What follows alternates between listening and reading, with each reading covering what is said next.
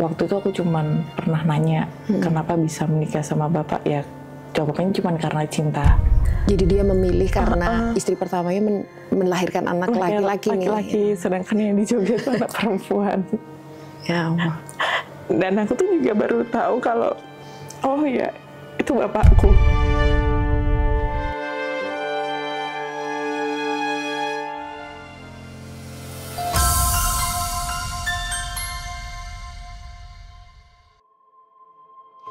Ada nggak perasaan, ya maksudnya jelas ya saat itu kecewa ya, dan selama kita tidak amnesia kan tidak bisa melupakan itu, dikubur, ditutup begitu aja ya, bahwa pernah ada kekecewaan berat gitu pada sosok ayah gitu. Tapi sekarang Mbak kan udah usia hampir 40 ya Mbak ya gitu, dan Mbak juga sekarang sedang punya anak, baby gitu, baru aja melahirkan. Ada nggak satu kontemplasi atau perasaan yang kemudian kenapa sih aku harus selalu kecewa, itu kayaknya cuma menyakiti diri sendiri ya. Dan semakin lama kita simpan juga sepertinya malah justru semakin membuat kita itu sakit ya. Ya sakit pikiran, sakit hati, sakit mungkin fisik juga gitu. Tapi akhirnya Mbak let go gitu. Udah dalam fase menerima gitu, atau masih ada cercah perasaan bahwa saya pernah kecewa dengan ayah dan saya nggak bisa memaafkan itu?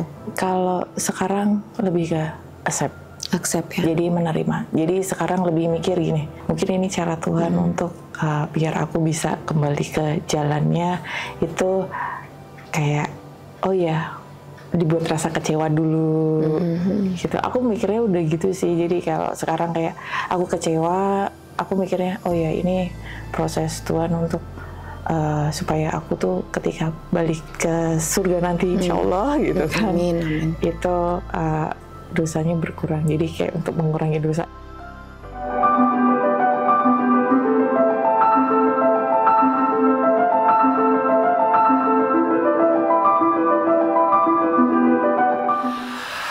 Kita sekarang syuting nih lagi di bulan Ramadan gitu ya. Jadi andai kata ayah datang di saat bulan Ramadan, kemudian apa yang ingin disampaikan? Aku pribadi sih, maksudnya apapun yang sudah terjadi itu kayak ya sudahlah, itu sudah masa lalu gitu kan. Kalau misalnya Bapak misal mau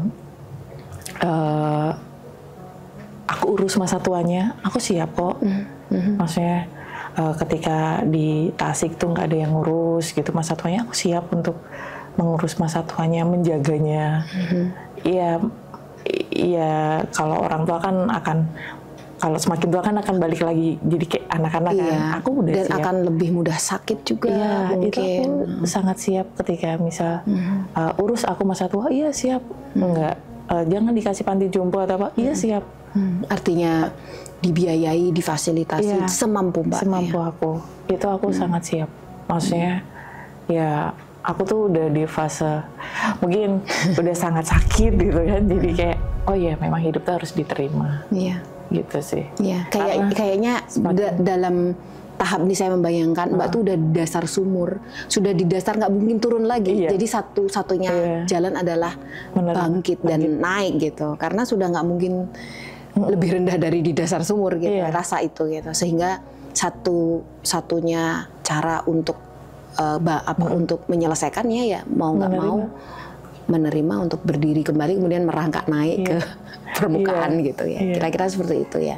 Dengan mengikhlaskan semua yang apa yang telah terjadi di masa lalu, meskipun itu berat, tapi saya rasa itu investasi akhirat Mbak mungkin ya, memaafkan luka pengasuhan yang pernah terjadi di masa lalu gitu. Iya, karena kan sekarang aku udah punya anak ya. Kalau aku nggak mencoba menerima semua hidup aku tuh takut tidak bisa memberikan yang terbaik ke anak. Maksudnya di sini kan aku butuh kesehatan, mentalku, kesehatan fisik yang prima untuk mengasuh anakku supaya ya jangan seperti aku gitu. Maksudnya aku berusaha untuk memutus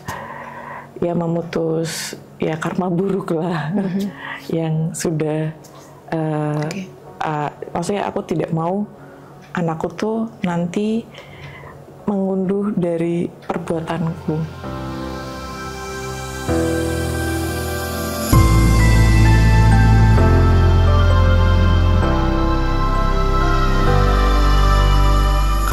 masih dihantui dengan hal-hal yang negatif, aku rasa aku nggak akan bisa mengasuh dengan baik. Gitu. Jadi ya menerima aja. Kelahiran anak tuh kadang-kadang meskipun di satu sisi adalah mungkin jelas itu rezeki ya, tapi artinya ada perasaan-perasaan apakah kita bisa, apakah kita khawatir ya, apakah mampu untuk menjadi orang yang jauh lebih baik, dan itu momentum untuk membuka lembaran baru dan menutup kisah lama ya, dan nggak usah dibuka-buka lagi ya. Tapi mohon maaf ini dibuka-buka di acara Cinta dan Cerita. Tapi paling tidak balik lagi ya Tati, bahwa Mbak sudah memaafkan. Dan bagaimana dengan ibu sendiri Mbak? Kalau sekarang itu ya dia tuh masih yang belum 100% menerima. Karena ya masih sedikit-sedikit marah, sedikit-sedikit emosi. Tapi ya balik lagi di sini aku yang harus menerima ibuku dengan segala kondisi. Marahnya karena apa Mbak? Iya, dia tuh jadi lebih sensitif. Jadi sejak apa? Sejak karena sudah makin tua atau karena sejak dulu ditinggalkan? Sebenarnya sejak dulu tuh dia sensitif. Jadi tuh makanya kenapa aku tuh pengen aku clear accept itu karena biar aku juga tidak mengulangi pola asuh ibuku ke aku. Jadi tuh dulu ibuku tuh saking stresnya, mungkin ya saking stresnya itu tuh kalau aku misal nih nggak mau, jadi habis pulang sekolah nggak mau langsung mandi, itu aku beneran sabet pakai sapu. Terus aku beneran ditenggelamin di bak mandi. Aku masih inget banget itu. Pokoknya tuh yang didikan zaman dulu gitu. Didikan zaman dulu memang. Iya, yang beneran. Tapi Mbak nggak kemudian merasa sakit hati dengan hal-hal kayak gitu? Enggak sih. Karena pengorbanannya ya luar biasa. Cuman dan maksudnya ibu baik kan? Maksudnya baik.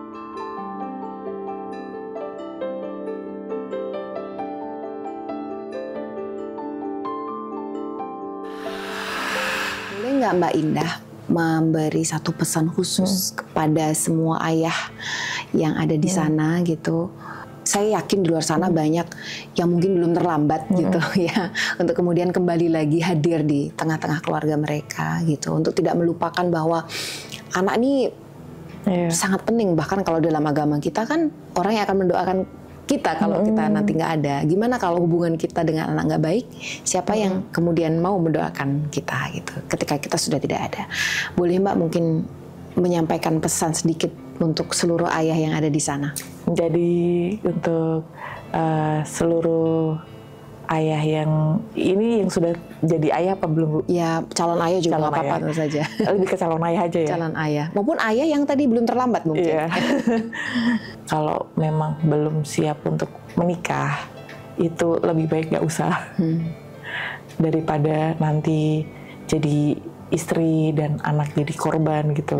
Maksudnya siap di sini ya siap lahir dan batin ya, finansial juga gitu sih. Terus kalau yang untuk yang sudah jadi ayah itu apa ya? Kalau udah punya anak ya, kalau udah punya anak itu ya dirawat dengan baik. Anak itu kan pemberian dari Tuhan ya. Maksudnya seorang anak itu nggak bisa milih dilahirkan dari orang tua mana. Jadi ya sebaik-baiknya itu harus dijaga. Gitu sih. Ya.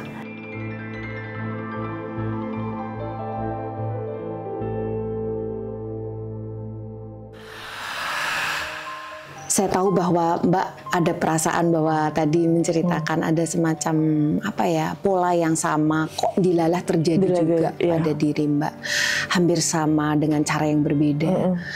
Sudah menikah juga di Malaysia gitu kan. Dan Mbak ingin membuka lembaran baru, hidup dengan pria yang Mbak cintai gitu. Kemudian melahirkan seorang anak, kembali lagi ke Jogja dan ternyata pria yang lagi-lagi pria juga meninggalkan Mbak gitu. Sebagaimana ayah Mbak juga meninggalkan ibu dan ibu dan anaknya dulu. Pernah nggak sih Mbak menggugat diri sendiri atau menggugat takdir gitu? Kenapa sih aku harus begini gitu. Kenapa takdir itu hadir di dalam kehidupan saya yang hampir sama dengan apa yang diterima atau dialami oleh ibu dan mbak. Itu sih ada, maksudnya yang kenapa sih ya hidupku kok kayak gini banget gitu kan. Kenapa aku tuh nggak pernah ngerasain namanya bahagia gitu, keluarga yang utuh gitu kan. Ya ada Bu, cuman memang sih kalau menurut aku sih kenapa aku sekarang bertemu dengan pria yang seperti itu, rasanya juga karena aku tuh nggak punya sosok ayah gitu loh. Sosok ayah yang jadi teladan. Teladan. Jadi aku nggak bisa milih laki-laki yang baik sebenarnya itu seperti apa gitu. Jadi ketika ada pria yang kemudian sekelebat atau sekilas tuh tampak tulus, tampaknya ikhlas cinta tapi gitu, ternyata, kemudian sama mau menikah. Iya, tapi ternyata sama aja gitu. Itu nggak bisa bedain itu sih. Maksudnya ketika orang bilang waktu itu juga banyak teman, kamu kok kalau misalnya udah jatuh cinta bucin banget bla bla. Lah gimana ya? Karena ya memang itu nggak bisa bedain mana yang beneran dia tulus apa enggak, itu nggak bisa bedain. Aku nggak tahu ya, karena aku nggak pernah berada di posisi orang yang punya figur bapak lengkap, jadi aku nggak pernah ngerasain bedanya seperti apa. Nah itu yang biasanya yang ngomong kayak gitu tuh yang orang yang punya figur bapak gitu loh, karena mereka juga nggak pernah ngerasain kan figur father lo seperti apa kan kayak gitu. Oke.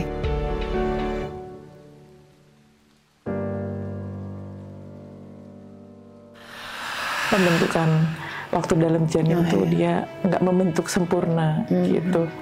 Lanjut nggak ya gitu, lanjut nggak ya gitu. Takutnya tuh aku yang nanti kalau hidupnya kayak aku kasihan gitu.